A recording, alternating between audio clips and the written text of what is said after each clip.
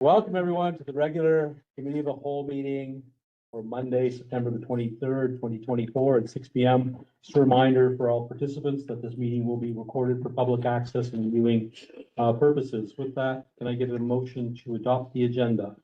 Moved by Councillor Dettori, seconded by Councillor Roblinas. Questions to the motion? No questions to the motion. All in favor? Aye. Contrary minded, motion carried. With that, I'll remind everyone there's conflict of interest declaration forms in the middle of the table. Should you have a conflict to declare on anything on the agenda this evening, please fill it in, pass it into the clerk's office with the reasoning behind that. With that, can I get a motion around the adoption of the minutes for the regular council meeting? No. Oh. Yes. Yep. Okay. That's fine. I'll now, part of the new business, I'll call on an update from RCMP Sergeant Ricky LeBlanc, the Caledonia Regional Detachment of the Southeast District of the RCMP. Good evening, everyone. Anderson, Mayor Campbell, councillors, thank you very much for the invite this evening. First off, since it is my first meeting here, I'll introduce myself. Ricky LeBlanc. I'm the new sergeant in Caledonia since January. I was the operations NCO for the Rishabako and Buktush detachments before that. Street crime in New Brunswick. I was a call taker here in New Brunswick. So I've been here for about 8 years, and I was in federal operations in Quebec before. Kind of give you a rounding of my experience so far. 17 years in the RCMP. When I started in January, one of the many priorities that I observed was I wanted to make sure that presence was going up in the communities, and I wanted to make schools a priority as well. As you know, in the past few years, there was HR human resource issues at the detachment. We're getting there where we're at a better in a better situation in the last 12 months, and we're going to move forward in the next few months as well. So that has brought us to more visibility. I hope that's what you're getting from your citizens as well. To give you an example, we've been able to attend 100% of our community events that we've been invited to. Thus, the 4 block parties for Salisbury being some of them. Fire station in Petit Kodiak, same thing for a hat block. Obviously, I forgot to mention, but we cover Fundy, Albert, Maple Hills, Salisbury, and Three Rivers. So quite a big territory to cover. And we have 27 officers to do that. 26 right now. So just as an example, I just brought a few stats. We're getting a new report that should be coming in probably next week or the week after, or Q2. So we still have the Q1 stats. What I would recommend is that if the Service Commission has not shared that when they obtain it, please do so, and please feel free to share that on social media as well. It's always good for the public to see what we're doing and where we're doing it. Our traffic stats have gone way up in the last 12 months since I joined the detachment as well.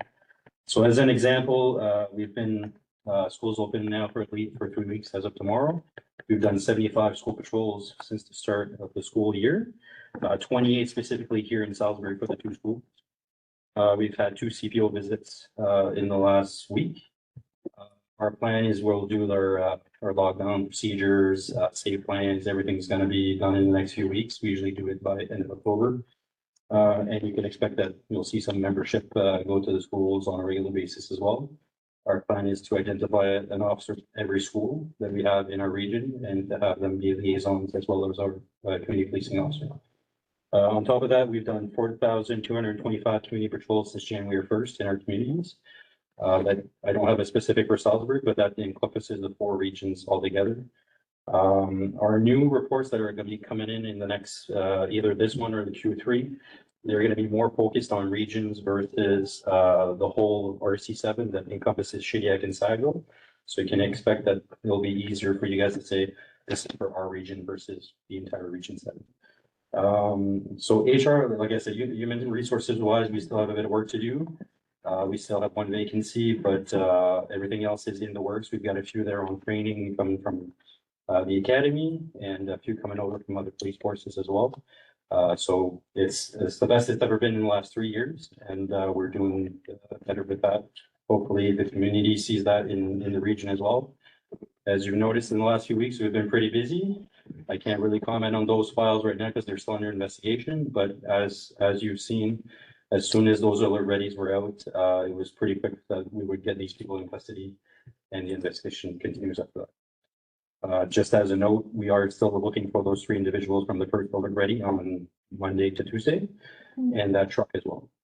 So that's all for me now. If there's any questions or comments. I'll make the statement. Recently meeting with candidates for the provincial election. I did make a comment on, you mentioned there's 1 vacancy. I mentioned about the significantly improved presence that we are seeing. Probably not just because of that, but again, because of the commitment. I did want to praise and thank you very much. We've always had a good relationship with our senior officers and our officers as a whole.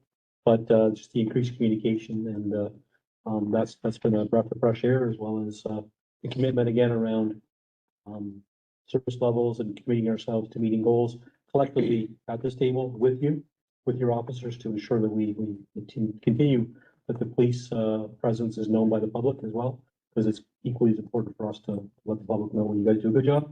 So just important. So thank you. Yeah, appreciate that. And I will say that the best thing you can tell your citizens is, our citizens, I should say, is call us. If there's anything, call 911. We go where the calls are. So if you get more calls, we're going to be going somewhere else more often. If there's any issues. And the second thing is the cooperation when we get the calls as well. I'd say 75% of our calls, give or take, are non-criminal related. So more like motor vehicle act infractions, as to individuals, all that. The difficulty with that is oftentimes we get those calls, but when we talk to the complainants, we need those statements to support the charges. Let's say somebody that's speeding, if you see the person, or I'll give a concrete example, somebody that's going with a lawnmower on a street road. If I have a statement from somebody that says it's this person, it happened on this date, then we can charge that person. If we have those specifics, then we can go and enforce that. If we don't have that part of the investigation, then we have to observe the infraction ourselves, and then we can proceed. So that cooperation goes, moves everything forward, and our investigations will go a lot quicker. Those are basically the two points I can say that you guys should be bringing to the community, and I hope that this collaboration can continue. It's been great so far as well for me. Thank you. Does that work the same with the scan? Like when someone uses that format to advise you, let's use that same example, when someone was riding their lawnmower on 112. But they don't want to know, they don't want to be identified as to who they are. So can you can't charge in that case, can you? You mean the scan program? Yeah. Like that's through Justice That's and Public through Safety, Justice, I think, okay. right? Yeah. I think you're referring more to the P3. Okay. So we have, so obviously Crime Stoppers P3 app on any Android phone or Apple phone, which you can tell your constituents they can use, and you can give information anonymously to the police. Obviously that's as I just mentioned, it's a good to know. We can start an investigation from there. And, but then we have to observe the infractions. so Right. that we can Well, proceed. that's the clarity that I. Yeah, because we can't have somebody, we can't have an anonymous tip testifying in court. It stands to reason, but I just wanted to make that, since the meeting's public. The other question that I had, and I bring this up regularly, and because I hear it from my residents regularly, is around speeding. Mostly in my area would be the 112. You know, I think, you know, you could fund probably 5 or 6 traffic cops on that road, just for the amount of infractions that there are there. People are afraid to walk along the side of the road. They're, you know, just because of how much, not just the speeding itself, but dangerous passing and things like that. I don't know what the answer is, because I know you can't have somebody sit there all day long, you know, watching those types of things, but are you guys talking about that? Is there anything that can be done or that we can do that you might recommend to try to deal with that? So first thing, it comes back to the first point initially is call us. If I see that I get multiple calls on a certain area on a certain street, then my job is to identify that is an issue and enforce it. From there, yes, there is steps that you can make as a council. speed bumps, those speeding signs that you see how fast you're going when you're going on the street, those are oftentimes you see it and you slow down right away. Warning signs, children on the road, stuff like that. But for our aspect, I would say call us. That's how we know that there's an issue. I've had many situations, whether it's working here in Rishabaka or wherever I worked before, where I get a complaint saying, well, this has been happening the last 3 years, and I look in our system and we've never had a call for it. So I mentioned, I always say, call us. That's how we know. Yes, we would love traffic issues is provincial wide. Yeah, for sure. 100% provincial wide, and I could probably triple the traffic enforcement in the province, and we still have traffic issues. But what I can say is that with the resources we have to focus on the issues that are identified. So if you can tell the citizen to call and say, if this is an issue specifically, then I will identify that as an issue and we will address it. Well, and so when you say call us, well, there wouldn't be a 911 call for someone speeding. So what number or where should we, if I was to go out to my resident and say, you hear or see someone speeding on 112, just make this call or send this email or go to this website, what would it be? So if it's anonymously, as we mentioned before, Crime Stoppers, P3 app are valid. If they want to call one emergency line, that would be 506-387-2222. So 22. I want to say that I travel to work every day and I have seen an increase in your presence driving to Moncton, and I have seen it on both sides of the river because we just weren't seeing it before. But I can tell you that I am meeting you coming out here when I'm going into town, and it's generally pretty early in the morning. So that's really good because we haven't been seeing it. So we are seeing it. Glad to hear that. Once again, thank you for all you do. On behalf of our council and our residents. Thank you. Thank you. That's for you, John, and him. That was you. You're welcome. The one thing before we've talked about this before, but, I'd like to table that at some point in time, maybe we should think about some of those signs that he was talking about, just the signs, that just bring to somebody's mind, by the way, you're going way too fast. Like, sometimes people just get lost, right? They're not thinking and they're going too fast. It's not usually those people that are the problem, but still. Good point. It's better than nothing.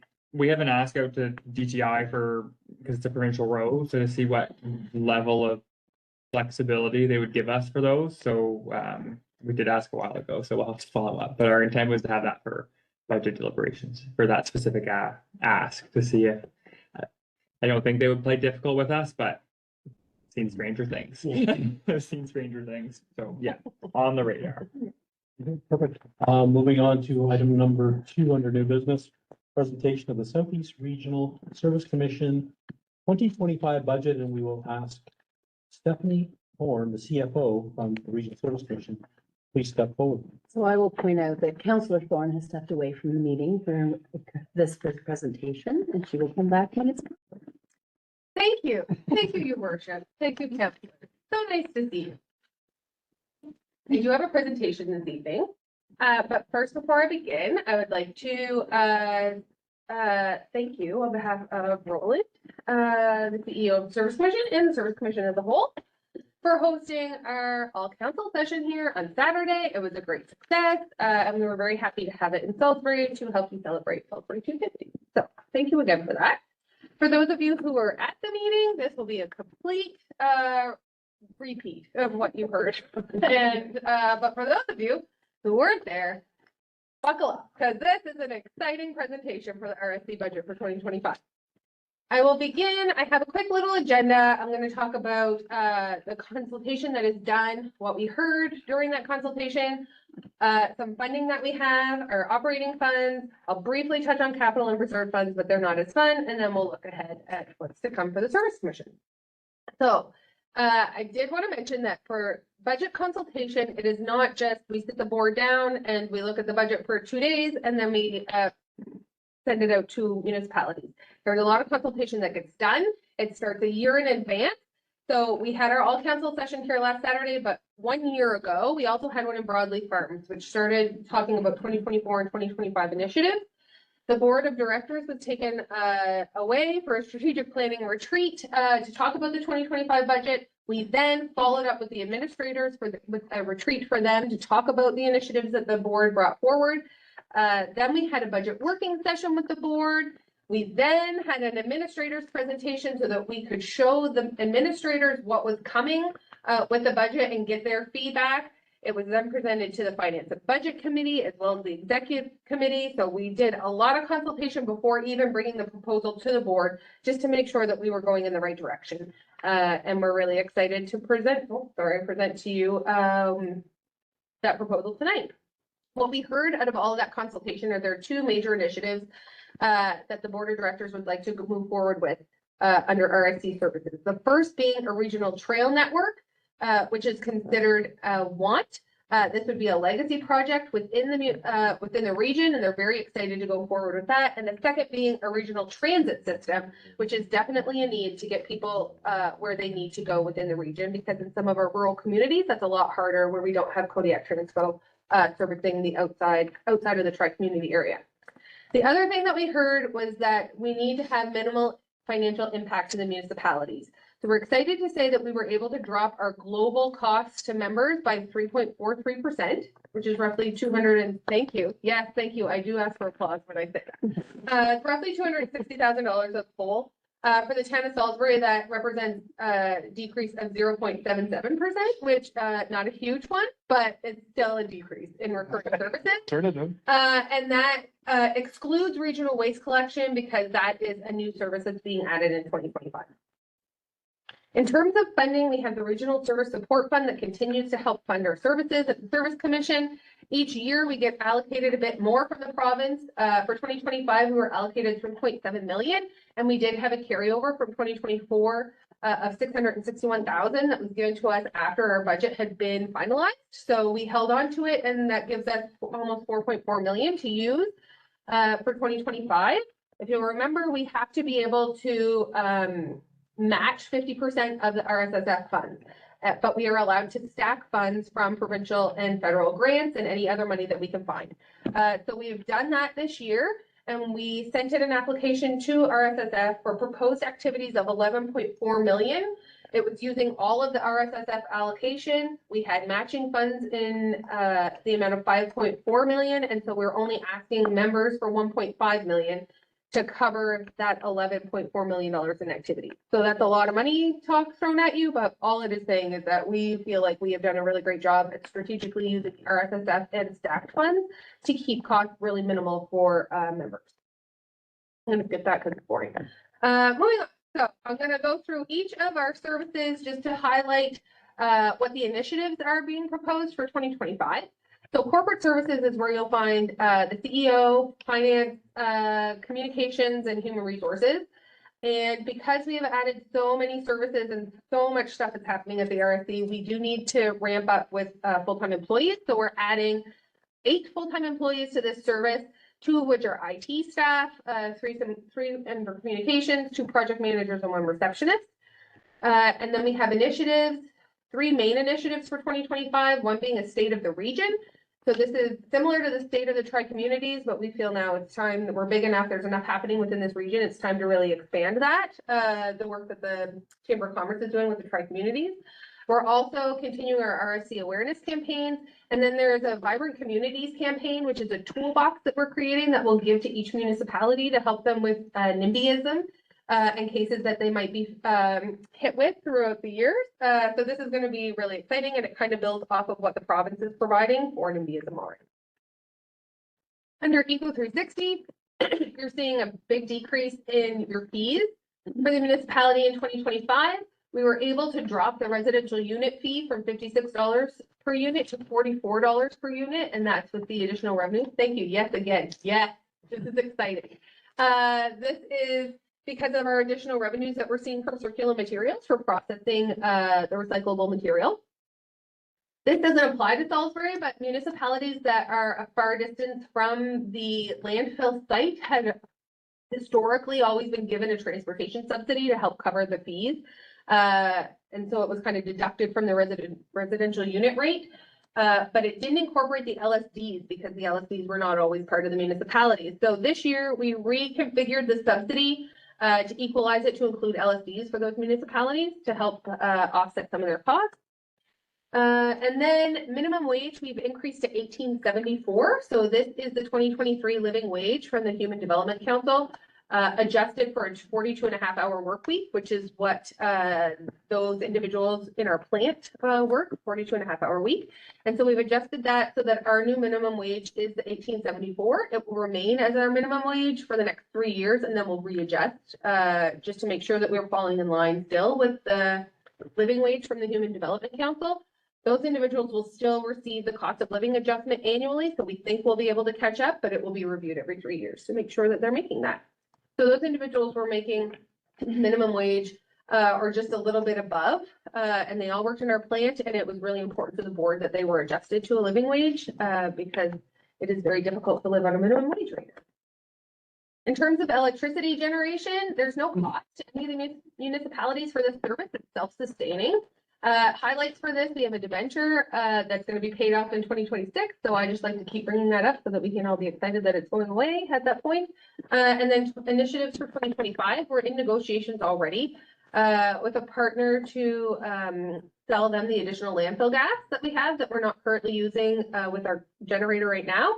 And so we'll continue those negotiations in hopes that we can sign a deal with them. Do you guys have pipeline infrastructure that part? Well, we have, No, like, no, you can't hook on to Enbridge's line? no. Not yet. No, we have internal and then it's up into our generator and we're selling that to NB Power. Because that's not that far away, is my understanding. Yeah, exactly. Moving on, Plan 360. This is the planning service department. If you've ever listened to Sebastien, the director of Plan 360 talk, everything is a record year, it's a record month, it's a record everything. And so with all of that development that's happening in the Southeast region, we do need to ramp up that department with 2 new full-time employees. And they are also looking for new office space because they're jam-packed into their office, like 13 currently. And their lease is expiring in 2025. So we're looking to get a new office space and an RFP actually closed today to join them and the Economic Development Department together because there's a lot of synergy with those 2 departments. So you're seeing an increase in fees there because there is not really any matching funds that we can use for Plan 3. Regional Collaborative Services is where we house the trail. In the past, we called it the Shoreline Trail. We're renaming it Regional Trail Network because we're doing this in 2 phases. The first will be to complete the Shoreline Trail, which we have a target date of within 5 years to have that completed. And that would follow the shoreline. And then 5 years after that, we're hoping to have the whole trail network completed, which joins every community within the Southeast region. So we have some segments here that we're looking to complete in 2025. This is a $27 million project. We're really excited about it. As I mentioned before, this is a legacy project for the region, and all of the board is really excited to see this go forward. We're looking at starting a fundraising campaign in 2025 and continuing to promote the trail. And then on top of that, we have the regional plan, which is to take the entire region and come up with a plan that really lets everybody build their municipal plans off the same plan, so we're all working off of the same sheet. Just to touch on the trail, this is the trail that we're proposing. It might change a bit depending on landowner approval, but the blue line is the Shoreline Trail, which would be done over the next 5 years. And then 5 years after that, all those purple segments would be joining the rest of the region to that trail network. And I have a video to show you because I like fun things. That's like Petitcodiac to Elgin loop, that should be connected, so it's a big loop. Sure, you could talk to our trail director. So, you know, I think the rail bed from Petitcodiac to Elgin already somewhat exists. It does, but it's a ATV. Yeah, It's motorized. this won't be a motorized Yeah. trail. This is not a Well, motorized. that's- But let's watch the video because it's super fun.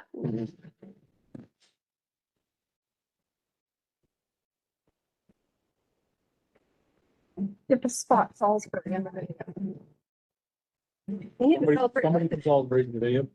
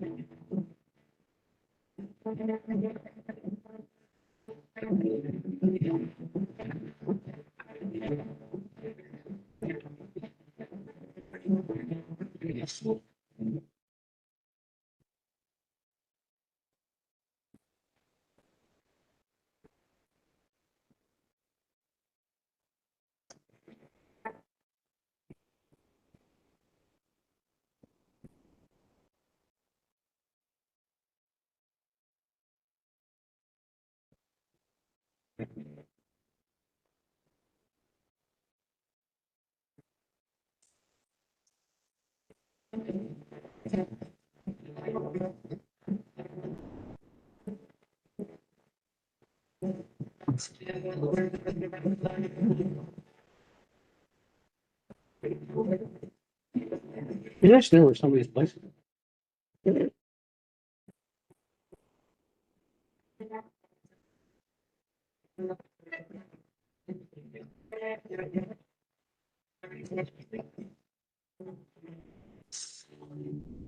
Isn't that fun? I sent my foot there. Exactly. Like there. So we're really excited about that trail project, and you're gonna hear a lot more about it. I'm sorry. Okay, great. So we're gonna hear a lot more about it, throughout the year. So our next service is transportation. You're seeing a decrease in your fees for transportation. This initiative for 2025 is to get a regional transit system, up and running. So for 2025, we have a grant from the federal government, to help purchase the fleet or to purchase the fleet completely. So there's no cost to members at this point. And then in 2026, we would see operational costs. However, I will say the board has not been presented with a plan yet. We're still working on the plan. And then the board will decide what path we take because there's a few options that we could use. So at this point, the budget has been set to include the purchase of a fleet, but should the board decide they don't want to do anything with this, they don't have to because we haven't asked for any money from members. It's all grant money and RSSF money. So that can just sit there and we don't have to do anything. So Mark Landry, who is the Director for Transportation or Regional Services, I guess, he's been working on this and he's got some board members who are going to take a little trip to like test out a different type of transit system to see how they feel about it. So there's a lot of work that still has to happen before we have a system to present to you. And so I just want to make that very clear that yes, it's budgeted, but even if it doesn't happen, you haven't paid anything for it, because it's all been covered by other funds, which is So exciting. I assume buses. Actually, no, right now they're looking at vans and more of an on-demand service, but they've looked at multiple different things. So it's a work in It was progress. a very So, like, interesting topic. The short bus in St. John, like the little buses. Well, they're kind of looking more at like DX on demand right now, I think, but there's a few like options that we could They're go. trying to get So, the most bang for the buck. Yeah, they are trying to get It's the most. available. I'm assuming there's some information just on need as well that has to be. There is, Yeah. I mean, I think once they're ready, there's a professor from UNV that's done a whole transportation study. Yeah, That they have data around that they're gonna there's a use. lot of moving parts But currently. the on-demand service, obviously, as you start to continue to gather data. Yeah, it's a chicken and egg problem. Yeah. You don't have a service, you can't have the data. Right. So anyway, it's really exciting. They're also working, I didn't mention this, but they're working with UNB now with Trevor Hansen, who's a professor there, and they've created like a transit lab that they're doing, which is really exciting. So they're going to be able to get a lot of data from that as well. So lots of fun things happening with transportation. Then community and social development, interim director John Wishart is working on this. We're seeing a decrease in fees for Salisbury as well. And this is because we were able to use RSSF and fund stacking even more this year than we did last year. So they've divided their initiatives up into social development and community development. On the social development side, they're going to be doing a social needs study within each community, but also there's a lot of talk and a lot of effort going into supportive housing continuum that was presented to the board that was created by Tasha LaRoche, who was seconded by the province. She used to work for us, and now she works for them for the next 2 years. So we're going to keep working on that. And our region will be the pilot project for that because we are the easiest to work with. On the ball. And also a lot of work being done on mental health. And they have a pilot project that they're going to be working on for that. And on the community development side, they're really looking to get into the communities and help not-for-profits, some back-end learning that could happen, and we have some pilot projects also. On infrastructure cost sharing, we're seeing a decrease in cost as well. The work is being finalized for this service in 2025, so that'll be finalizing the needs assessment as well as the framework for how we would handle future regional sport, recreational, and cultural infrastructure projects in the region. Once that's set, it's kind of a wait until the first regional infrastructure project comes up, and then we'll go from there. So this one is just really finalizing the startup and how it's going to run. Economic development, this has actually changed. The proposed budget is now in the 3 million range, but cost to members is still 0. Fund stacking opportunities with economic development are fantastic, which is allowing us to do a lot of work at 0 cost to community members. They are going to be continuing to reach their services out to the rural communities that don't have economic development departments, and they'll continue their work with workforce attraction and retention and entrepreneurship. And for those who were at the meeting on Saturday, you got to see the connector program and the idea center, all really exciting things that they're working on. For tourism promotion, again, you're seeing a decrease in your fees. The tourism calendar is up and running on our website now. This includes all events from all municipalities within the region, which is really exciting. So you can find everything in one spot. They're going to continue with an opportunity development strategy in 2025 and implement that. And then they're also doing a little bit of investigation on a tourism app that might be beneficial for the region. On the public safety side, we're seeing an increase here in the budget by just a small amount, bringing the total budget up to 150,000. The goal for public safety for 2025 is to work with provincial EMO to get emergency measures studies done for each municipality. And then we're also going to be purchasing some emergency preparedness kits that we give to the municipalities, and then you are able to share them with the most vulnerable in your communities. I should say that's also going to start in 2024 a little bit, and then continue and buy some more in 2025. Mosquito control is a service that does not affect Salisbury. You don't pay into this one, but I did want to show it because I like it. We have a new drone, and this is replacing the Argos that we were using, which were going into the swamps and into the marshes, and students were dressing up in white suits, and it was kind of scary to see them, and then they were spreading larvicide within the marshes. So that is done now. We have a drone that has improved efficiency. We no longer need as much of the larvicide. We don't need as many students. We're not going to need the Argos, so costs are dropping for this service. And we have a possibility of another municipality that wants to opt in. Currently, it's Moncton, Dieppe, Riverview, and Fundy Albert. So, yeah. What, can you figure out what it would cost for us to opt in? Absolutely. Would you like to opt in your I'd like to backyard? have less mosquitoes. It's really exciting service, so I absolutely can do that. The other municipalities that are part of it have, well, I think, have been since it started, I think, Yeah. right? And it's a highly sought after service, I would say, for them, so. Very much so, and Along the river and marshes, that's where it. River Yeah. shouldn't be a problem, I wouldn't think. it's the marshes that are Marshes. more where they're It's doing it, stagnant like- water, ponds and Yeah. marshes that are the issue. Very cool drone, that's what I can It say. is a very cool. It's huge, Yeah. it's huge. Yeah. Those things are, Yeah. what, 50 grand, give or take? Less than that. The but- Argos cost The a lot more Argos than. are- the Argos and staff are Yeah. Oh, no, I'm not disputing the Oh, yeah. the efficacy. I've seen them in fields. They're Yeah. Pretty pretty slick. cool. No, it's really nice. So this is just an overview. Of your recurring services. So this is everything that you also had last year. So fees for Salisbury are decreasing by 0.77%. Yay! Then moving on to regional waste collection services. So this is something that your municipality would have had to opt into by resolution earlier in the spring. And then a contract was signed. A resolution was done to allow the clerk and the mayor to sign the contract.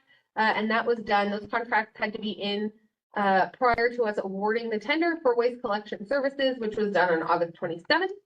So there are a few municipalities not participating, Moncton, Dieppe, Riverview, because they had just recently gone into a new tender for waste collection. So it's possible that they'll join later as that expires. And then Memram Cook opted out. You'll see the creation for a new fund, coming to the board meeting at the end of October. And then these services are set to start in February of 2025. So you'll see the cost for Salisbury is there. This would replace the waste collection costs that are currently in your budget that you were paying directly to the hauler. Now you would pay them to the service commission, and the service commission would be taking any of the calls that come in from residents, would be doing any of the communications about your pickup days and schedules and stuff like that. And then there's also some changes that would be coming in terms of bulky waste collection as well, but your mobile eco depots would remain the same. So I had a question for Austin, and thanks for your reply as it related to that, because when I first looked at it on the weekend before the meeting, I sort of took a big gulp in terms of the $609,000 and thought, well, there must be some offset somewhere, but it wasn't obviously in the presentation. So can we get some clarity for the council and perhaps for any residents that might be watching or listening, what some of those offsets would be? I've got the email I sent to you, so I'm Yeah. gonna refer to that. Okay. But yeah, so to Stephanie's point, it will replace our waste collection services that we pay right now. And the other variable that comes into effect this year too, as of May or June, halfway through the year, is circular materials rebate as well. So just for the numbers in 2024, our waste collection costs were about 480,000 budgeted, which is the former village and the LSDs. If anyone remembers, during the budget deliberations last year, the LSD saw anywhere, I think the smallest was 25%. I think the highest was just shy of 40. I don't remember exactly, but significant increases in the former LSDs under the provincial contract. So this is replacing those costs. So on a multi-year contract, and so between tipping fees going down, I don't think you called them tipping fees, but the Eco 360 fee that Stephanie was referencing, the regional waste collection contract and the circular materials rebate. We're almost at par with what we are spending in what we budgeted for in 2024, as opposed to 25%, 30% in many of our former LSDs. So that's my spiel. It replaces our former waste collection services, just a different line in the budget. We're also hoping it helps, free up some of the time of your staff from answering calls about. And this covers all of our 350 kilometer radius, correct? Yeah. It's 11,000 a week, which when you think of the size of the community is not a lot of money for the service. And the other thing from a buying power perspective is, I think this has been discussed before historically at the commission level, but there was never buy-in, I think is my understanding. But with what we're seeing lately with the increases, not just for our contract, but also what the haulers are seeing in terms of insurance costs, vehicle costs, all of these things, we pay for those. That's why I'm saying, like, So- if you put it into perspective, there's we have 8,000-ish residents, Right. whatever that number is, and then, 300 and some kilometers of radius and 11,000 a week to pick up everyone's garbage every week is not terrible, in my opinion. So to jump to an October question. When we budget this amount, how do we break it down by subunit? Is it by number of households in each subunit? Is It's the same thing now, just like a service commission fee. So we get the breakdown from Stephanie and her crew. And we'll have in the budget book, we'll have a breakdown of what it looks like per subunit for council's information, but on the budget, you're gonna see 609,817 in owing to service commission, like that. I think it's the line under where we have it now. But then in the budget book, we'll break down a little bit more, just so the council can see those implications. Yeah. Sorry. That's all right. So yeah, this is just another overview, just so that I could add that regional collection in there, so you could see your total cost for 2025. Again, comparing apples to apples, that the total bottom line is not really feasible in this case because of the new services being added in. So I like to say with the total recurring services, a decrease of 0.77%, which we're very excited about.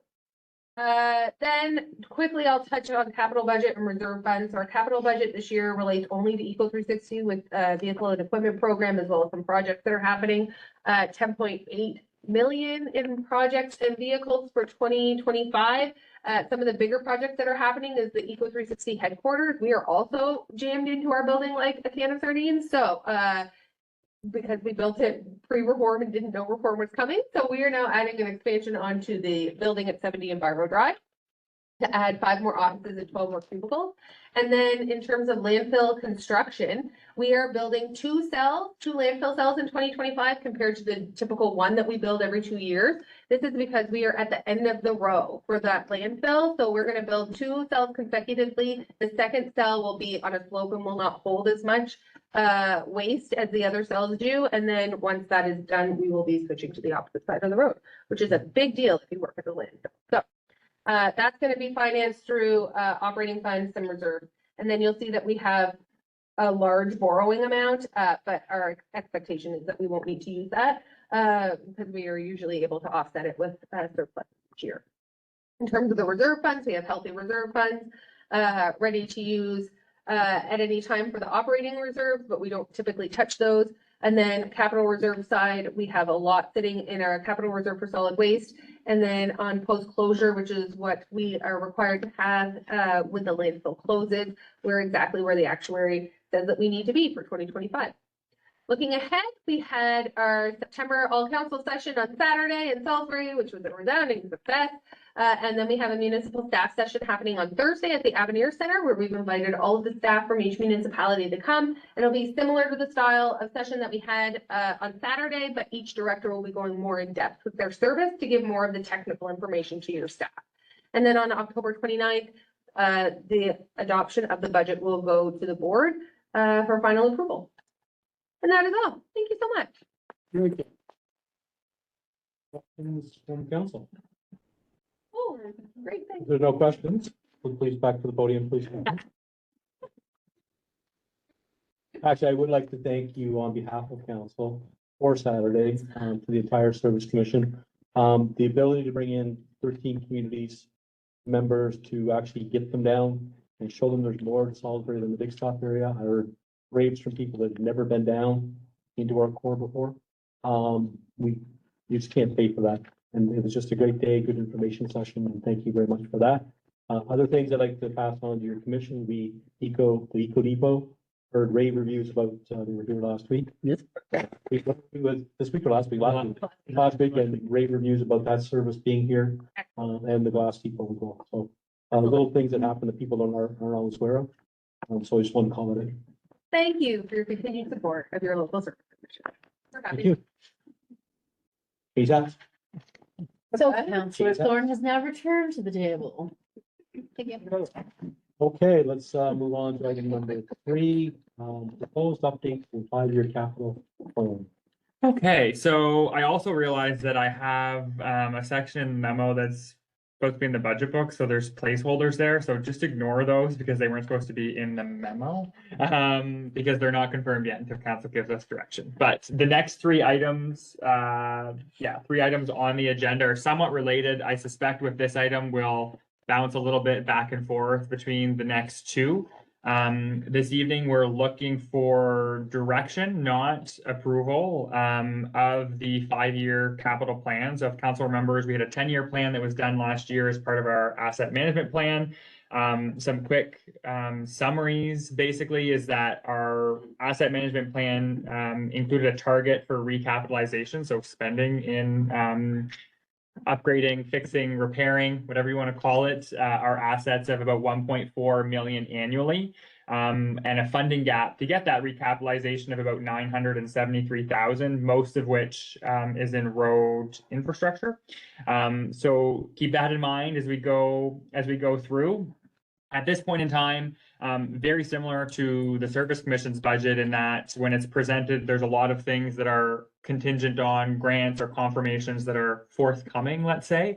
As council knows, we talk regularly to many funders and often knock on their door. And so we share documents like this with them in anticipation of eventual applications and to keep them updated on what council's preference is as it relates to capital spending. So keep that in mind as well. Next year, there's no shortage again of projects on the proposed capital plan. And the reason that we're bringing this for direction this evening is because one of the 5-year plans that feeds into it needs to be submitted to the province. So we'll formally ratify this as part of our budget deliberations in November. But we have to submit our PMHP, our Provincial Municipal Highways Program application to the province by the end of this month. And we didn't want to bring that plan without having at least an updated, for discussion purposes, 5-year capital plan, because that obviously feeds into it. The other thing that I'll highlight before we address any specific years or any specific projects is next year there's about a just shy of 72% asset repair or recapitalization. We exclude the fire hall from that number just because it's a carryover project and it would very much skew the numbers. But we want to make sure obviously we're balancing existing assets under the municipality's control and new assets as we kind of determine and update these plans. And then as is noted in the memo, there are 3 what I would call big ticket items that are not included on the 5-year capital plan because they have not been confirmed from a capital perspective or capital commitment. So one of which is frequently discussed is municipal water source. So we suspect that with Englobe's conceptual design study, that will be integrated into a 5-year plan. More than likely will be engineering design first before taps are turned on, but that's one to keep in mind. Another is council is looking at a recreation facility. This year, we're doing the feasibility study, which will have numbers on that from the feasibility study, which then gets integrated into capital plans. And then is, as council knows, the province is committed to an elementary school, and wherever that may go, there will always be infrastructure upgrades, whether it's sidewalks, storm drainage, that we will have to more than likely partner with the province on, or it will cause downstream effects that we will have to be prepared for with a development of that size. So those are 3 that that show that this plan will change over the next 5 years. But if you look, the majority of these projects are funded through our own source operating, through grants. We have noted 3 projects in addition to the fire hall that would rely on borrowing authority from the Municipal Capital Borrowing Board. That is, they are intentionally noted for projects related to housing, if you look. So the feds are about to sign another agreement with the province for funding related to housing, which based on all accounts, it's not finalized yet, these agreements, but by all accounts, these projects will be eligible. And also of note, we have 4 projects, 4 of our existing 6 debentures for the former village that are going to be at term within this 5 years. So there is that ceiling there. So obviously we always go for grants first, and I say that just to say that those are intentionally noted as debentures, given they are related to housing, and we're quite confident that we can get additional grant funding for them. So that is my Coles notes. I suspect that, like I said, the 3 kind of this item and the next 2, 3 in total, we can bounce back and forth from one to another. But just in case we do that, in the end, we do want some sort of direction to give us our marching orders from a capital perspective as we go into the budget for 1. We want some direction on the PMHP program, which is what we have to submit to the province. And then 3, we want some direction on the CCBF, the new 5-year agreement, formerly known as gas tax, which again feeds into this. So I'll leave it at that. Can share some more details with specific questions, but we'll leave it at that for our Coles notes for questions from council. I'll move that council adopt the capital plan and principle for ratification at a future meeting of council. Moved by Councilor Colle, seconded by Councilor Bannister. Questions to the motion? We just keep adding things to the list we want to do. This is based on our asset management plan. But do you mean for? I'm assuming for your application to the province. The end of the month, you're talking. That's PMHP. So that's specific one. So if you look, in 2025, we have a confirmed one already. Yeah. There's none in 2026. But in 2027, it's on River Road is what we're proposing. And then the next one is on Fredericton Road, and then the one After that is not noted there, but it's also a second phase of Fredericton Road. And that's just based on the restructure. Provincial, yeah, so it's, Main Street this year was done under PMHP, so it's a cost share, so not the same as Main Street, unfortunately, that was shared at 90%, 10%. These ones are shared at 75%, 25%, for eligible infrastructure. So sidewalks, for example, is not eligible, but when we're doing things like storm and resurfacing, the province will cost share that, and then we do things like sidewalks at the same time. So that's the one that needs to be due at the end of the month.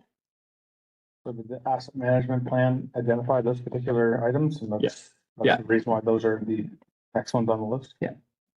So all of this is based on a few different things, starting with the asset management plan for existing assets. You'll see mostly with gas tax funding, we're trying to identify former LSD areas that have lands that can be used primarily for recreation purposes. That's another one that's driving some of these projects. And then other things that will drive it are things like the feasibility study for the rec facility, those sorts of things that will then also be tied into the asset management plan. When it comes to LSDs, what is defined as recreational use? Parks? Are you talking Yeah. trails? Are you talking? Both, they would both be considered shared. They'd both be Because I don't know necessarily a park in every LSD and every corner of the LSD makes fundamentally a whole lot of sense. We agree. But that, so if you look at these ones, we have two mainly, Roxborough Court. one, and then a second one on Powers Pit Road, which is, Bridge. yeah, covered bridge. I know where it is. I just don't understand why you put something there. We've had requests for boat launch there, boat launch and like snowshoe trails, And and we own a lot of land. And we need to have a budget for the LSDs. So those are the two that we've identified as within the 5-year plan. Again, we use our rec master plan to drive those as two kind of areas that have been identified through that process. So I guess to answer your question, we take all of these plans that we have to try to feed them into these things. And then every year there's things that can change. Like if the province comes out and says we're only spending money on X, Y, or Z. bridges, okay, well then this is gonna Here's change. the list of bridges we want. Exactly, yeah, exactly. you can change your exactly. plan.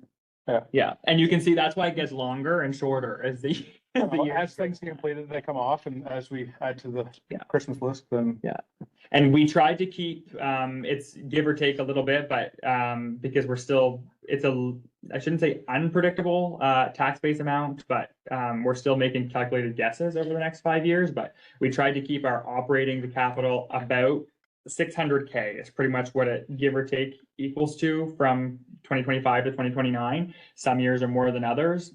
But that gives an opportunity come 2029, if we have a boom in residential development, then there's more money that can be put towards other projects if needed. I unfortunately assume costs will not go down between now and then. What? but Yeah, can hope, yeah. So that's how we get these projects. Stephanie's transportation system's gonna need less roads There- anyway, so. So You know, there- just as a question for clarification, so I'm just looking at Schedule A, the Route 112 River Road project. So if I go down to the chart there. Yeah. Non-eligible items would be the sidewalk for this project. And the 500,000 comes from where? The non-eligible amount, so the town has to fund that, so, for reasons that I won't explain in a public session right yet, there's provincial programs that could be, that we could bank on for that, which is what is noted in here for our portion. Right. And I think they're also, just look here, yeah, so there is, oh no, that's a different one. So we would, I don't have it noted on here, but it's a provincial program that we would bank on based on some nearby anticipated developments. Yeah. And that's the same thing on Fredericton Road. Right. Sidewalk is not eligible. So in terms of the gas tax funding, that's currently for these roads in the former village No. due to ownership? No, so PMHP, yes. Okay. PHP. Yeah, gas tax is a shared fund now, so it's confusing because we have think of it now as a brand new gas tax agreement. So we've So don't had. call it gas tax. Well, yeah, CCBF, CCBF, yeah, CCBF. So our existing CCBF that we've had before this year was just the former village allocation. Yeah. We were given the opportunity to tap into the former LSD allocation, which was used towards the fire hall design services Yeah. last year, 2023, kind of the conceptual design. The fund, we were supposed to have this conversation last fall, but they didn't sign the agreement until this spring, early summer. And so now we're at a point where we have our confirmed amount for the town for the next 5 years. So that is the former village and the former LSD amount. So council decides that plan as opposed to doing an application based for former LSDs. Okay. And that can be spent on pretty much anything. There's a long list for CCBF versus PMHP is just within the former village because it's only the roads that were under former incorporated. Yeah, That's what we used to call the 5-year priority. Yeah. Yeah. PMHP, yeah. So, but the PMHP, is that gonna change if the roads become, LSD roads become part of the municipality? One would assume. Therefore, some of those priorities become our priorities for those roads in the former LSDs? Could very well be if they start giving assets. Yeah, if they start giving assets. I'm just saying from a planning perspective from today versus waiting until that happens. We definitely don't have any money to pay for it. But And Yeah. there'll be a lot of negotiation on.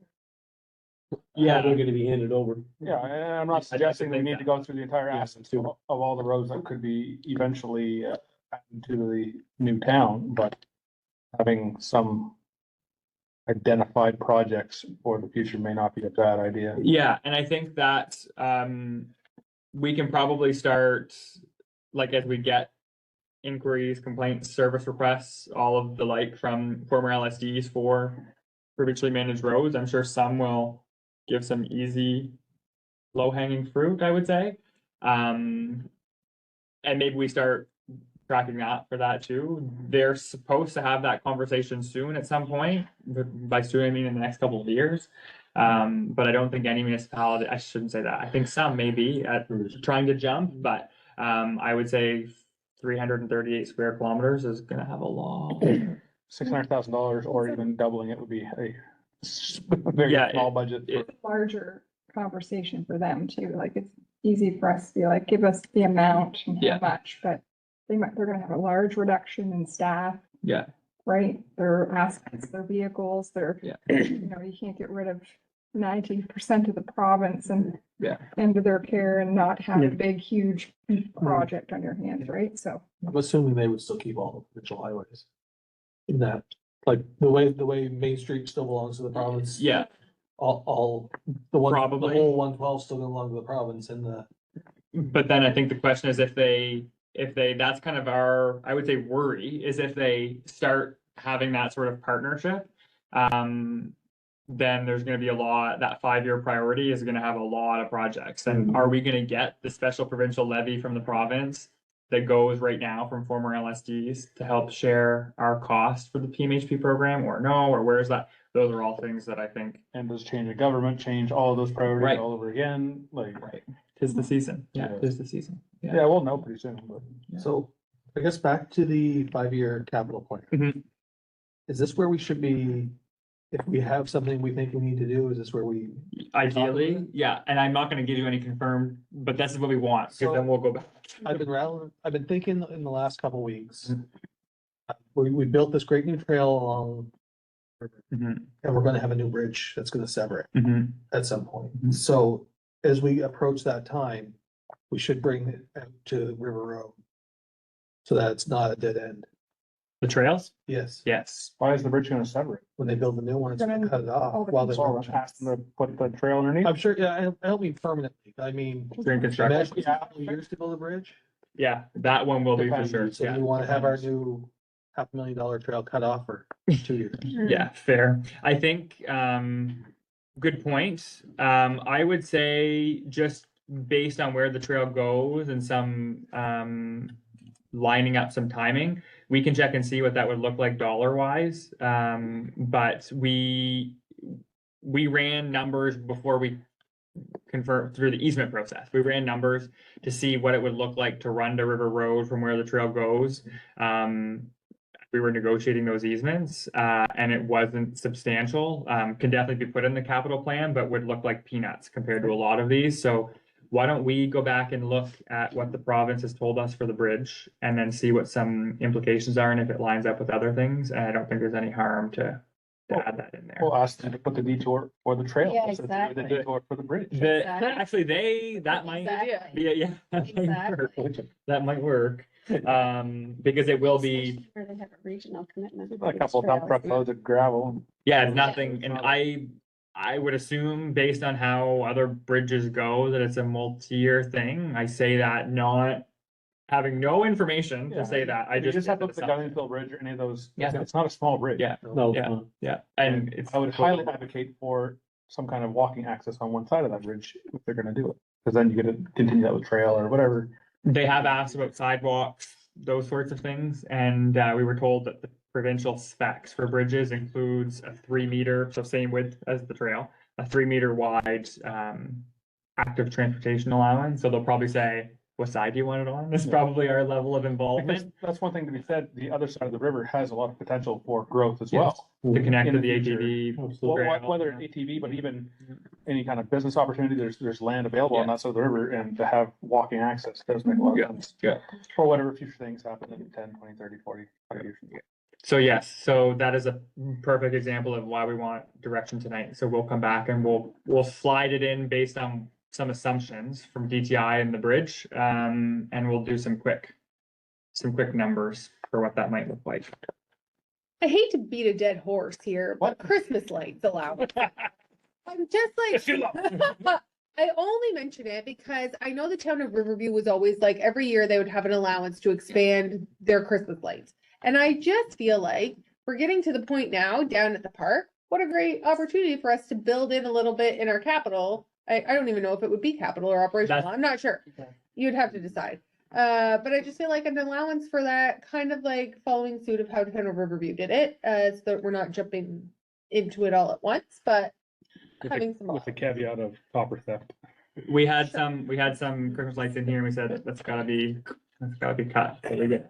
No, it's, we have an allowance being proposed in our draft operating budget right now in our beautification line. Yeah, A lot of these right now in our budget are in different service areas, so we're Yeah. gonna try to streamline them into having kind of one overall capital plan. I'll see if Riverview puts their lights in yeah, I don't know if they would capitalize. on that. municipal specific. Sometimes like municipalities pick a number or a type of, so Yeah, we'll look into that. this Interesting. city, but we'll be Should looking- actually look at it, put some trees along the river for future Christmas lights in 30 years.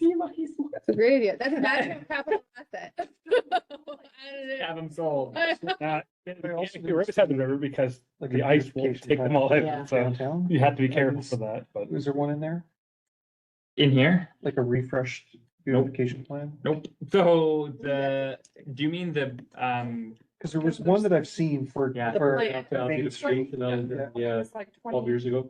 Yeah, yeah, it was a Because long. it's one of the things that I feel like we're missing is that quaint Yeah. downtown Yeah. area. the Hallmark movie set. Yeah, If that's what you wanna call that it. is what I'm gonna call it. Okay, wait, I can't keep up here. Okay, wait, the trail connection, Christmas lights, so downtown. Like a beautification revitalized plan. downtown Yeah, beautification. But define that, you mean in terms of buildings and businesses, or like something like a It could be a combination Port of, or it could be a like a combination courtyard? of grants for storefronts. Yeah, It can be sidewalk, it can be wrought iron, light pole, put in the power underground. Yeah. We did have a plan. We had a plan. the plan was nice. It was like Parking. basically buried wires. If you look at Shediac Wrought iron. downtown, they Yeah. do a It whole looked nice. curved, refurbishment and nice we looked at a lot of that. So we can, I would say, we wouldn't be in a position right now to put it into a capital plan, but we can look at resurfacing that 2014, I think it's 2014, yeah, yeah. Okay, yeah, okay. Yeah, that might not be capital, yes, right? It would be eventually, but updating the Yeah. plan would need to be done first because the cost multiplied by 10 from 2014. Right. And is that still what we want Yeah. to do? A lot has changed on Main Street. Yeah. Yeah. I still think you have to work on getting the arch back. That's my opinion. Do what? Oh, the Salisbury. Island. You could put that in the plan. That's why we need to do It it. doesn't have to, Actually, not that. it doesn't have to be, it's like, You said the big exactly the whole one, but The yeah. arch to be done in the park. or In in- up- Then it'll be like the bridge on Main Street in Moncton. You just need to locate, you don't need to locate it on Main Street, maybe. So I guess on that, I would say right now, from a capital perspective, not. I say that I've seen the plan, I've seen renderings, I don't think I've seen the, like, the costing, I assume there was things I in got it, that, but I can send it through. yeah, it exists here, I just haven't, to be quite frank. I haven't Maybe the gone. new entrance to the new bridge. There you go, there you That'd go. actually be a good spot for it. You know what? Or maybe Just like a replica of an entrance of an old covered bridge with the new sign. We can look at that though as a operating item in 2025 as to update, and I don't think it needs to be a full, we can frame it as an update to the plan, mostly the costing and bring it to council as a refresher, but yeah, I know there was underground electrical was the big cost, I think. Yes. Beautification, which is done regularly and it can streamline our efforts to do that. And There were the wrought iron poles. At yeah, the time, they were about. that's all part of the lighting though, I think. It was. Oh, was it? Okay, Yeah, parking was the other, like. parking, okay. it's like- They were It's like changing. diagonal street car. there was also some seating, like in front of K and B, there was a whole. Yeah. refurbished area for I think it's- people to Yeah, sit in. Salisbury's changed and Fair grown to a lot say since it's twenty fourteen. grown and the traffic is different. Yes, that's Yeah, right. there's been a lot of changes, even with Red Three or four Barn, of them along the buildings bridge, gone. So It's all the way around the bridge. to answer, and I think Christmas lights can feed into that, we can make sure that those. Technically. So we will we'll figure out who did the plan and who can update it and then bring that back as part of We need budget lights for the parks, deliberations. because you get all that power now. Yeah. You need to light those trees too. Me as well. Would municipal signage be considered capital? Probably should be, but we're including it in our operating budget right now, but, Okay. yeah, we should probably put that in there too, probably. You're probably not gonna be able to do it all. Yeah, but then we can at least. Well, then we gotta, at least we gotta discuss. Yeah. that point. Can I tack on to that particular point? Because I was gonna ask this question. I reminded myself to ask it.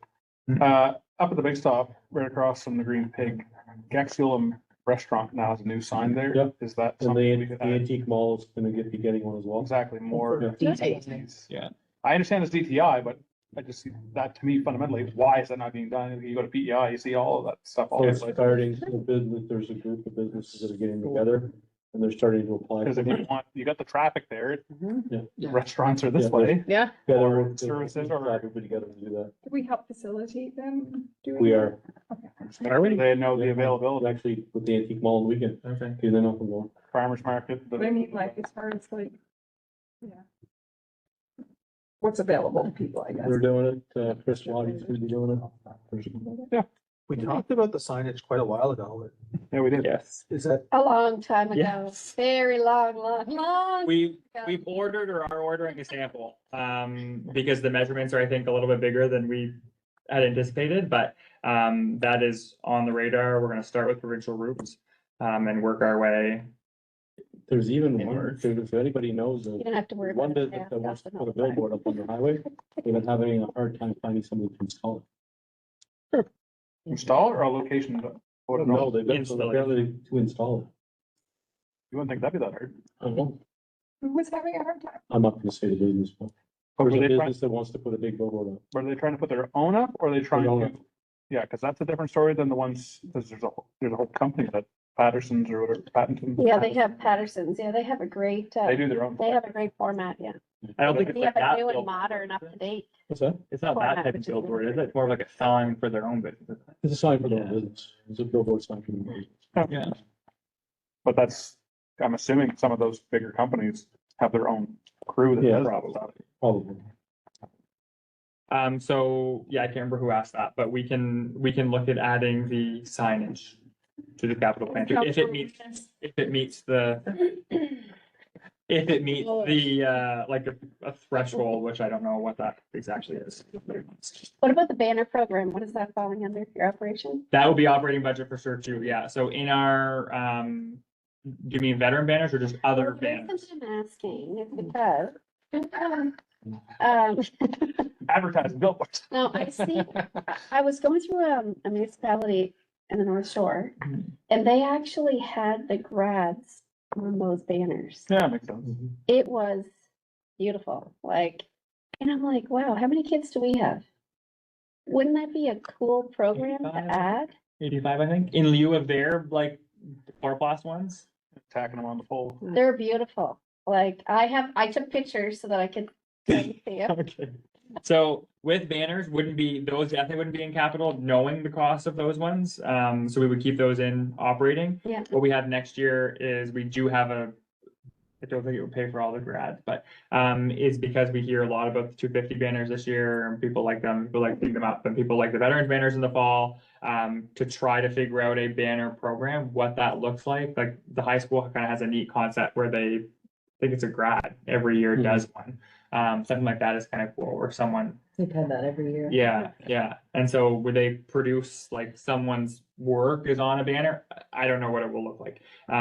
We have more creative people in here than me that will figure that out, but we do have a budget for banners. So what that exactly looks like, I don't know, but wouldn't be in the capital. I can share, just to kind of tag on to Phyllis's comment, it's a challenge for the grad class with regards to the banners. It is. Not everybody can afford them. Yeah. Yeah. Or expense, or not the banners, the signs. The signs, yeah. And every single organization and school committee is looking for money at Yeah. that time. Mhm. So it's a very, but I personally did fundraising for Maddie's grad class last year, and it was tough, Yeah. really tough. How much are I'm 60 apiece for Okay. the sign.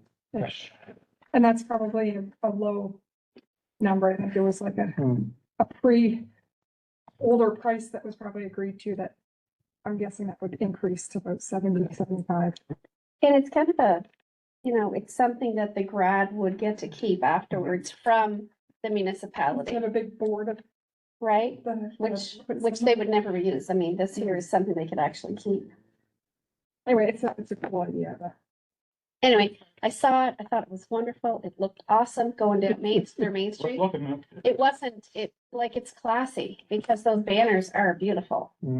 They're two-sided. They look nice when, they're certainly not like the one-sided, hard Yeah. pictures and, Random, It would be cool. Random heights and. Yeah. Like, see, Banners this bring is that the thing, like, consistency. exactly, we measured exactly. this year.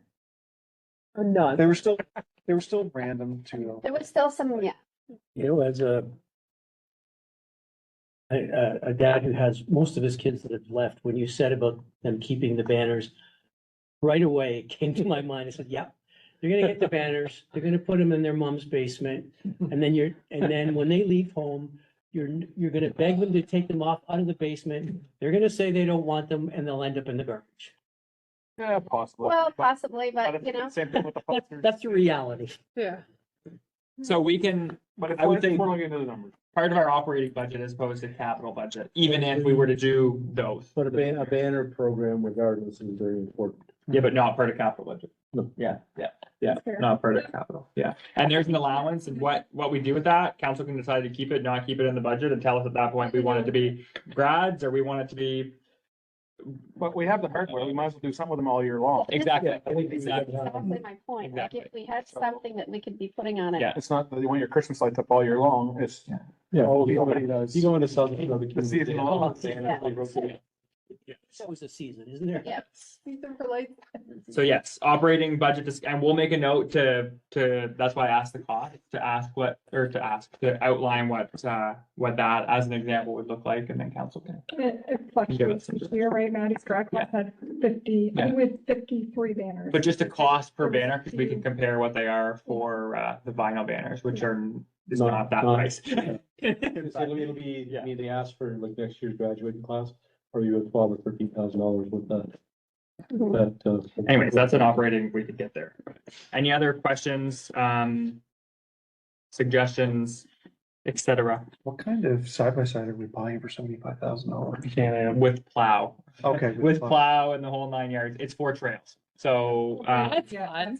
yeah, so, that is, a budget request, from the Public Works crew, for trail specifically. So right now we use our tractor, and this will be one, easier, and then 2, in the summertime, we are particular with what we permit the students to drive. only certain students can drive, they have to have a license for a certain period. And so this will help on that perspective as well, because it can be driven by people that may not necessarily be able to drive one of our trucks. So, yeah, that's why it comes with many attachments for the trail, maintenance. We're gonna have to get the ATV bylaw. Yes. Yeah, not if it's on a trail. Not if it's on a Get it. Point. Yeah, You need a hop pass to get it to the trail. yeah, you can carry here. You can get from here. We'll manage, don't worry, regardless, we'll manage. Looks great. Yep. Okay, You gonna vote on this or? yeah, so there's a motion, a recommendation, and then motion on the floor. We already, I already Yeah, voted. moved by Caldwell, seconded by Banner. we just need to vote on it? Yeah. Any additional questions? If no additional questions, all in favor? Aye. Reminded, you have your direction. No, the next one can be talked about right Yeah. away. Okay. Anybody need a recess before we get to the next one? Or wait till? Did you want, It's just because I can ask. four motions about the same thing we've been. Yes, unless there's specific questions on it, I would go through the motions because I Yeah. think it sounds like. Okay. quick. So I'll move that the document entitled Salisbury 5-Year Plan for the PMHP Program 2027-2031 be adopted. I'll second it. Moved by Councillor Cole, seconded by Councillor Bannister. Question? So again, this fed into the 5-year capital plan. No questions? All in favor? Okay. Reminded, shrubbery. Direction given. I'll move that council approve the CCBF plan in principle for ratification at a future meeting of council. And I'll second it again. Moved by Councillor Cole, seconded by Councillor Bannister. Questions? No questions? All in favor? Contrary-minded? None? You can give in your direction. No. We have a motion to go into close. No, Oh, not. sorry, into recess. I'd like to have recess. Recess, so moved by Councillor Thorne, by Councillor Bannister. All questions of the motion? No questions, all in favor?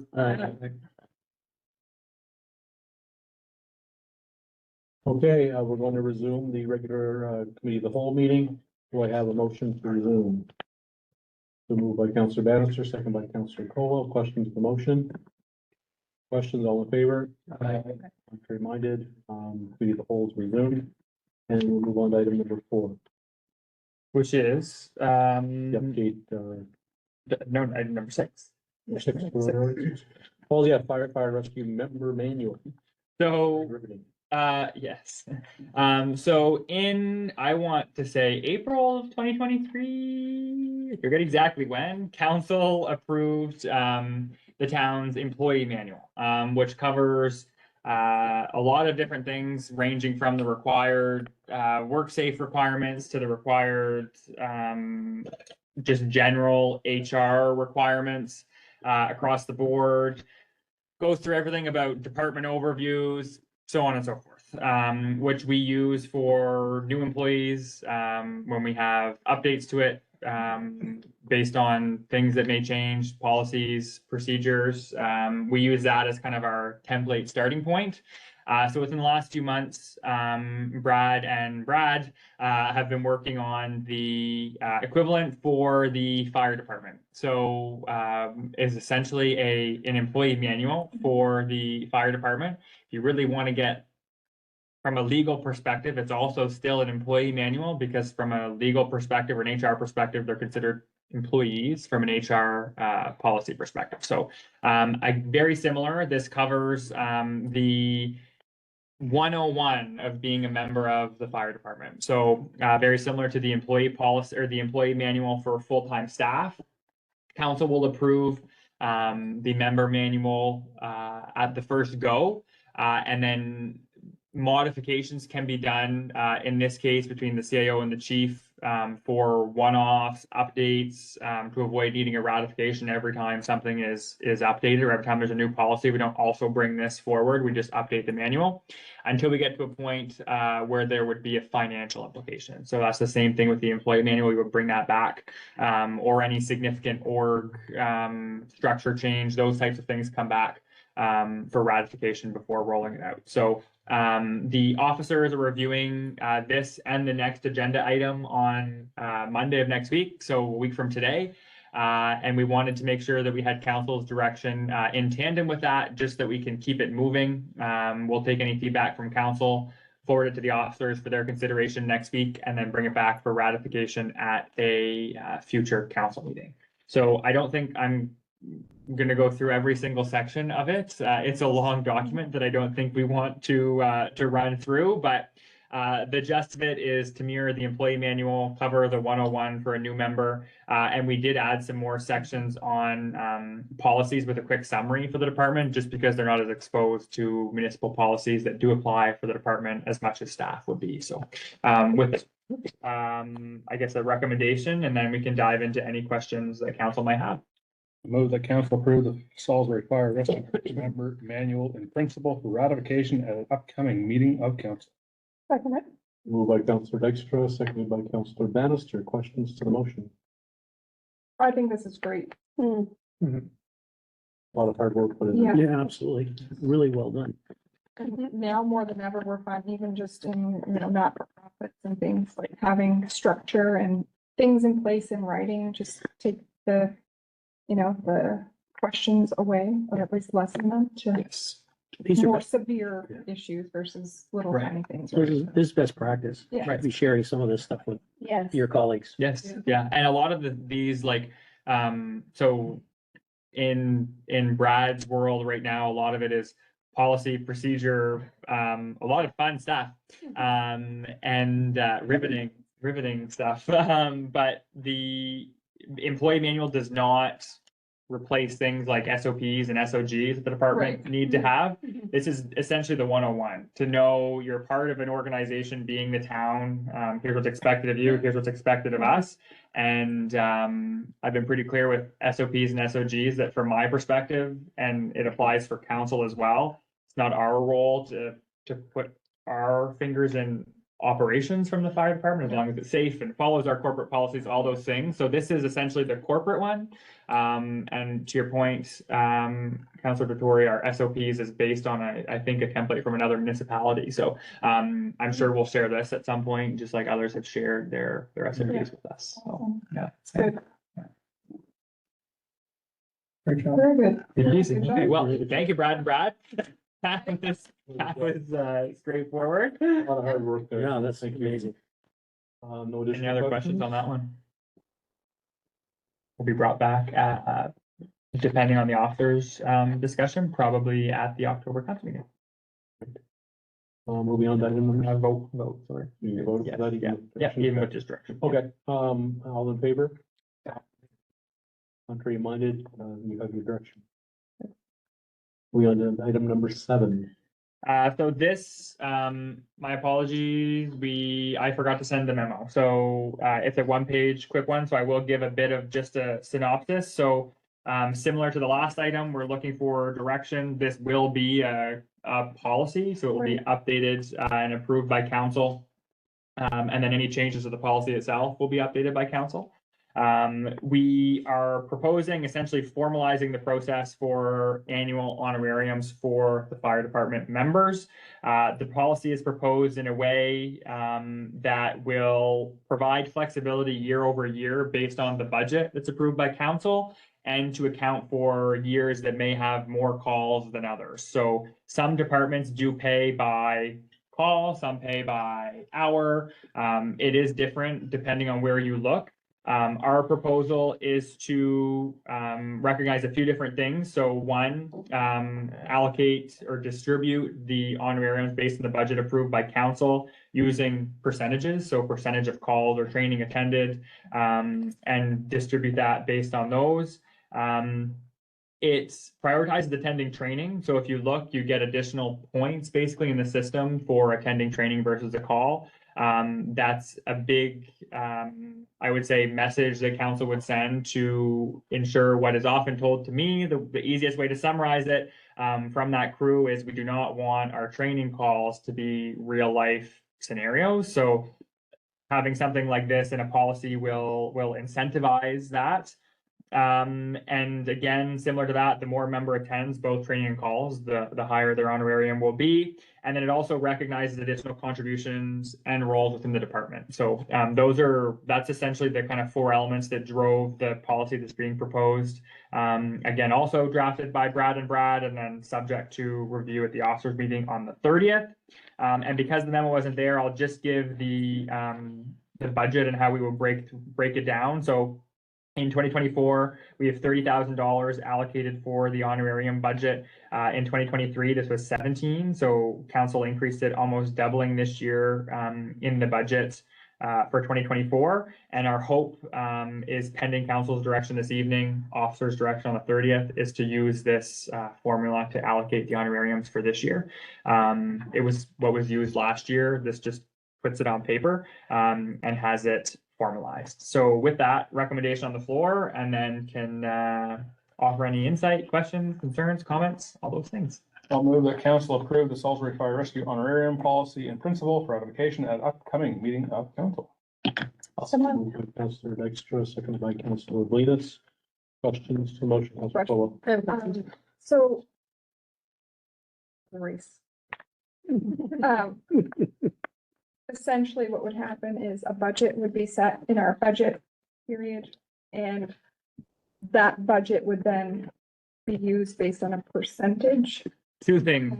and different things. So we're not necessarily guesstimating a budget. Right. We're setting one and then using the percentage-based Right. formula to apply that amount of money to everybody. Right. As opposed to, let's say we did it by call or by hours. Yeah, then that's. What hard happens to if we have predict, right? 2022 where we had Yeah. hundreds of calls versus this year where there's less. So it's not a bad thing when you have leftover funds, but when you have a busy year, it can be an Yeah. issue. I- So there's two kind of steps. The first one is based on roles. So for certain ranks within the department, you get like a base amount. Sure. And then you go to the point system. Right. So the way that it's calculated is the role based amounts and then the percentage, which is based on training and call attendance. So my question relates to the step before that and how council comes up with our budgeted amount. So I know we jumped it quite a bit for 2024, which I think is fantastic, but can you remind me how we came up with that number? Like, is it based on, we're looking at how other departments are doing it? Cause that's to be gold star. Yeah. So the way that it came up was there was a budget request submitted by the department last year. We didn't fully reach what they had recommended, but they'll be the first to tell you that it was, let's throw spaghetti at the wall and see what sticks, is what Sure. it was. I off the top of my head don't remember exactly what we have in 2025, but we have basically an annual cost of living Right. increase amount there and kind of Right. our 5-year outlook. Right. The other thing that we have to remember, though, is that with the new hall, we'll have the opportunity for more members. for Right. Improvement, which is one of the important elements of having said hall. So we'll have to look at that as well. So short answer is there was no specific reason. It's just overdue Right. for an update. And I would say we would look at when we go through the budget exercise on an annual basis. This would be something that we would look at no different than when we look at staff, full-time staff. Yeah. To say we're recommending X amount for annual increases for full-time staff because ABC, we're recommending an X amount of budget to the honorarium for ABC. And I think we discussed quickly looking at what others do, and so we'll get a list for that. Yeah, I think I'd like to see some comparatives before we start just doing a cost of living increase every year. I'd like to see where we are compared to similar. Yeah, the level set at least. Yeah. Volunteer. Because I know we had so much room that we had, not room, but like we had a lot of improvement to do with staff. And so I see that we made improvement with the firefighters too, but did we make enough? Right. Well, Exactly. not just enough, but that point, due to the variable nature of calls, does that budget have to be addressed relative to the usage and volume of effort they are expending? Right.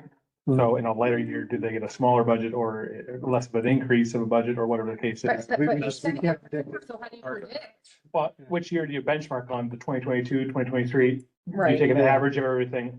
I'm not Yeah. gonna Yeah, say there's one or the other, forecasting but- measurables. but I am saying it should also reflect effort to a Yeah. point. Yeah. Which Yeah. was the point system kind of reflecting. Right. Yes, but the budget should also reflect if there is a lot higher volume, that they should get a little bit more budget to try to. I'd be interested, Accommodate. I'd like to see them like come back with the, Yeah. some comparative. I did have a question as well. What was the thought logic behind not prorating, like for captains and lieutenants that are appointed mid-year? Timing wise and trying to get that formula done. And also it's not a frequent thing to have Okay. appointments. So, ease of math, quite frankly. So, when I would say chances are is that if I'm kind of speaking on behalf of the chief, I'll confirm the answer, but, when it comes to this, like if we're at September 30th, right before, really close to when that cutoff is for looking at it, they would probably wait to appoint Okay. position based on that, because we're also not looking at the full year. So there's a date in here, just because it gets too late to give Diane the numbers to run the honorarium. So then you get into a perspective of, well, you're voting for the full year until just when the cutoff is, so on and so forth. So we can look at that if there's a concern, but it's really just ease of math. That was the- And it doesn't happen often. No, I wouldn't, because there's only 6 right now. So, yeah. I would argue it's not that hard to figure it out. It wouldn't be, but it's more clean cut when it comes Right. down to like in the just of the $30,000 budget. Or, yeah. Like you're looking at You're yeah. talking about peanuts. Yeah. Can we, But you're talking about money that's coming from other firefighters, numbers, too, right? yeah. can can we confidently say the budget that, we have in place right now, as an example for 2024, with this new model would mean that nobody's getting less than what they were going to get? The Excellent question. the chief did run that. So he ran, I shouldn't say he didn't run that. He ran last year's attendance with this year's budget with these point-based system.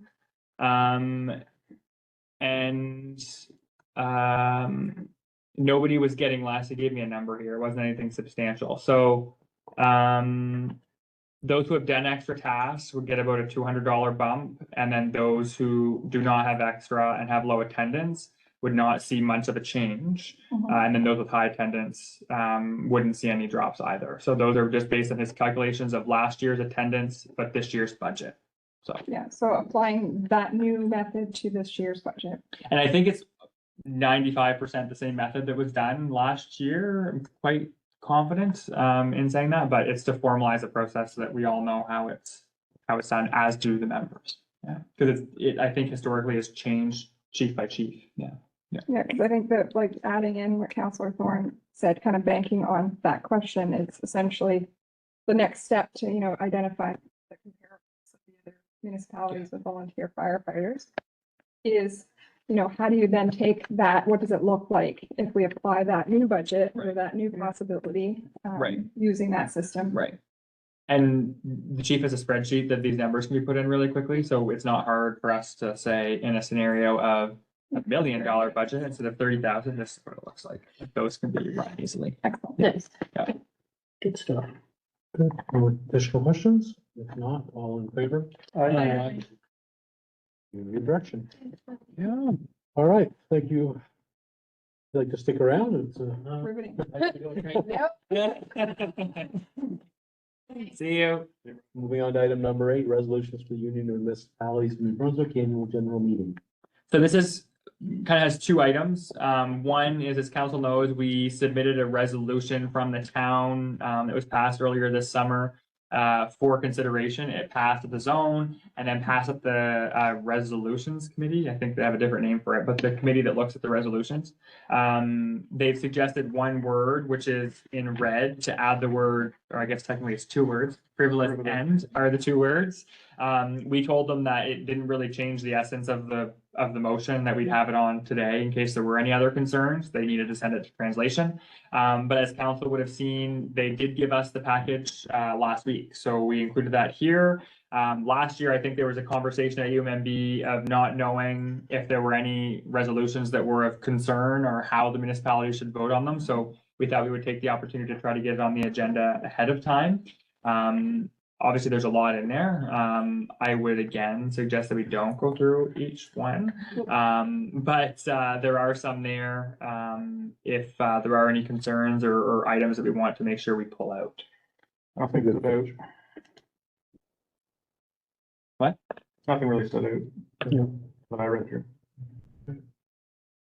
All right, so we'll all be at the AGM, so, There you go. okay, There's no motion on the floor. Yeah. perfect, okay, so now we'll, move on to closed session, legal 68(1)G, Local Governance Act, information could violate confidentiality of information obtained from the government of Canada or from the government of the province or territory, 68(1)E, Local Governance Act.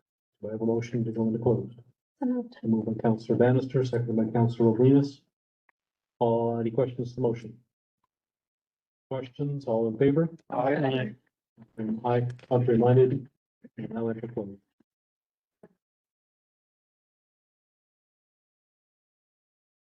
May I have a motion to enter, leave closed and enter the regular committee of the whole meeting? So moved. So moved by Councillor Seconded. Thorne, also moved by Councillor Bannister, seconded by Councillor Thorne. Any questions to the motion? All in favor? Reminded, motion carried. Moving on to item number 6, Mayor and Councillor statements. Just another quick thank you to the Southeast Regional Service Commission for hosting the communities in our town on Saturday, and we have the Maui Omi powwow tomorrow at the high school area where we welcome in residents around the southeast as well as schools. So that's a major event for our community, part of Salisbury 250. So thank you to the committee and school district for bringing that forward. Any additional statements? Do I have a motion to adjourn? So moved. Moved by Councillor Thorne, seconded by Councillor Roblinas. Questions to the motion? No questions, all in favor? Minded, motion carried, we are now adjourned.